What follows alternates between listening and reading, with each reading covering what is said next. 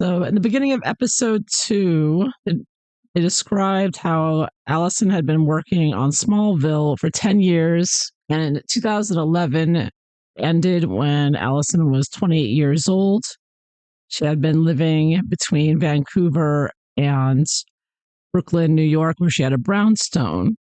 And it was at this time that she had been convinced to give up her brownstone in Brooklyn to move full time with Keith Raniere in NXIVM. And she said at the time she felt she needed to do it to prove that she was not materialistic and to work on her narcissism.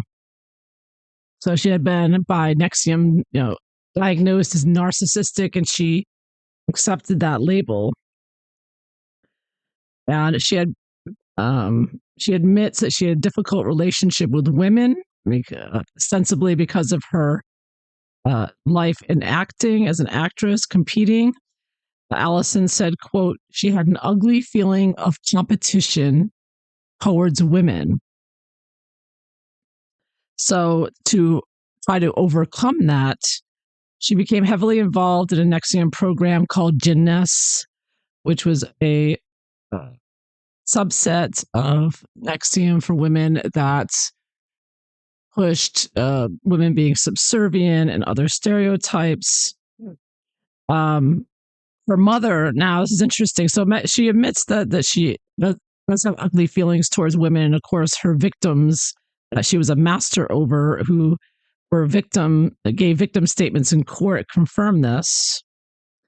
On top of that, but at the same time, Allison Mack got her mother to take a JNESS course, and she said her mother loved it and thought it really helped her marriage. And to this day, she said her mother supports it. So I'm getting that Allison Mack is still promoting the cults and their programs like JNESS through her mother. And they have a recording. The interviewers interviewed her mother and have her on recording saying this as well. So it really looks like Allison Mack mentally has still not left the NXIVM cult, in my opinion, from this. Then Allison Mack went on to say that because she was an actress all her life, she had learned to be seductive with men and competitive with women.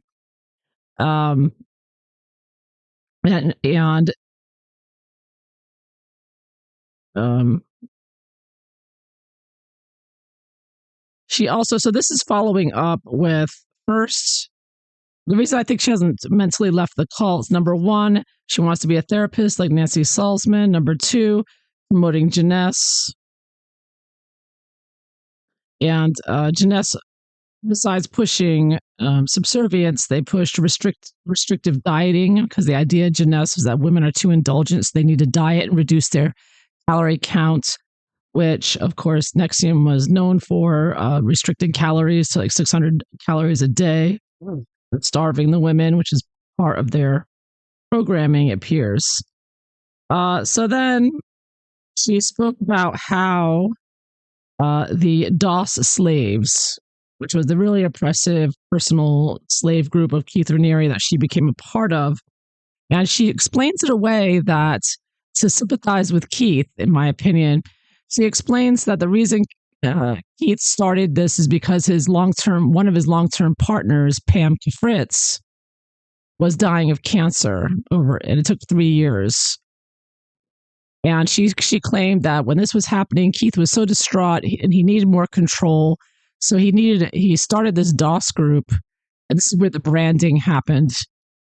So sympathetic. So Allison is showing, without outright saying it, she's showing sympathy towards Keith. Well, it's only because, Pam was dying and this was his way he coped, getting more slaves and being, more oppressive. So that's, where she's beginning that. Now, up until this point, she claimed that she had no sexual relation with Keith Raniere.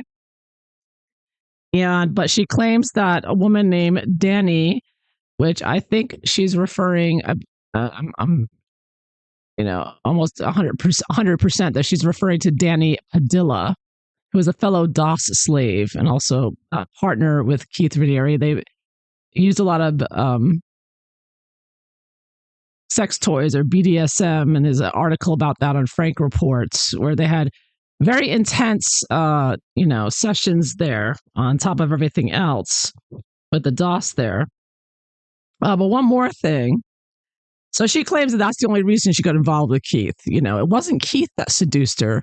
It was Dani that convinced her to go talk to him about her sex life because she felt she had sexual issues, ostensibly because in her acting career, at one point when she was young, 12, 13, she sat on a director's lap, and it was in front of the studio, and people saw it, and they got upset with her and told her she can't come on set anymore when he's there unless she's working. So she felt that she had done something wrong, and it gave her a real complex. And then the interviewer says, well, young people, when they have these kind of experiences where the neurons in their brain, they cross over between authority figures and sex. And so basically trying to explain away how her experiences in youth led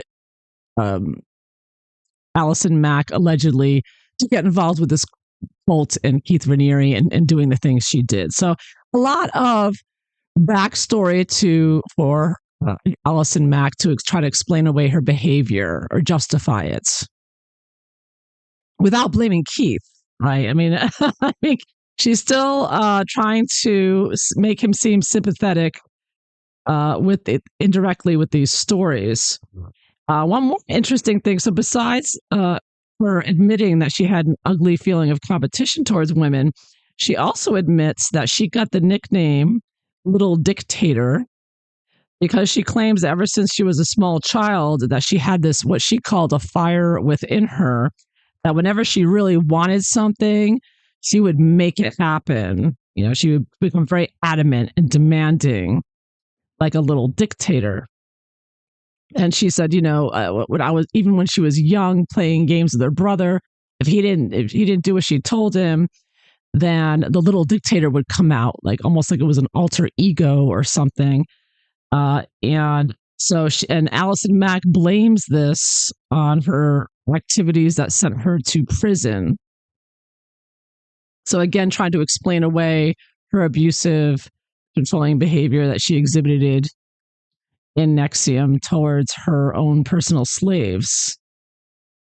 So she blames Dani, this Dani Padilla woman, for getting involved in an intimate relation with Keith Raniere. And she claimed that when she spoke to Keith Raniere, that he said, well, I could help you with your issues, but, we'd have to be physical. We'd have to, actually have sex. So she makes it sound very clinical, like he was explaining to her.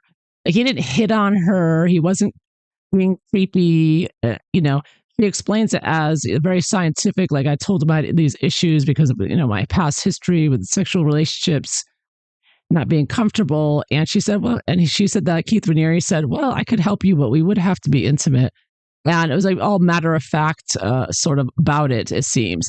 So again, she sort of tries to make Keith Raniere seem like he was a good, decent teacher and he was upfront and said, this is how it is. If you want the help, this is how I would go about it. And she said that even when it happened, she said afterwards it would be, they would have a rundown sort of analyzing what happened to help her analyzing the situation step by step, blow by blow, basically.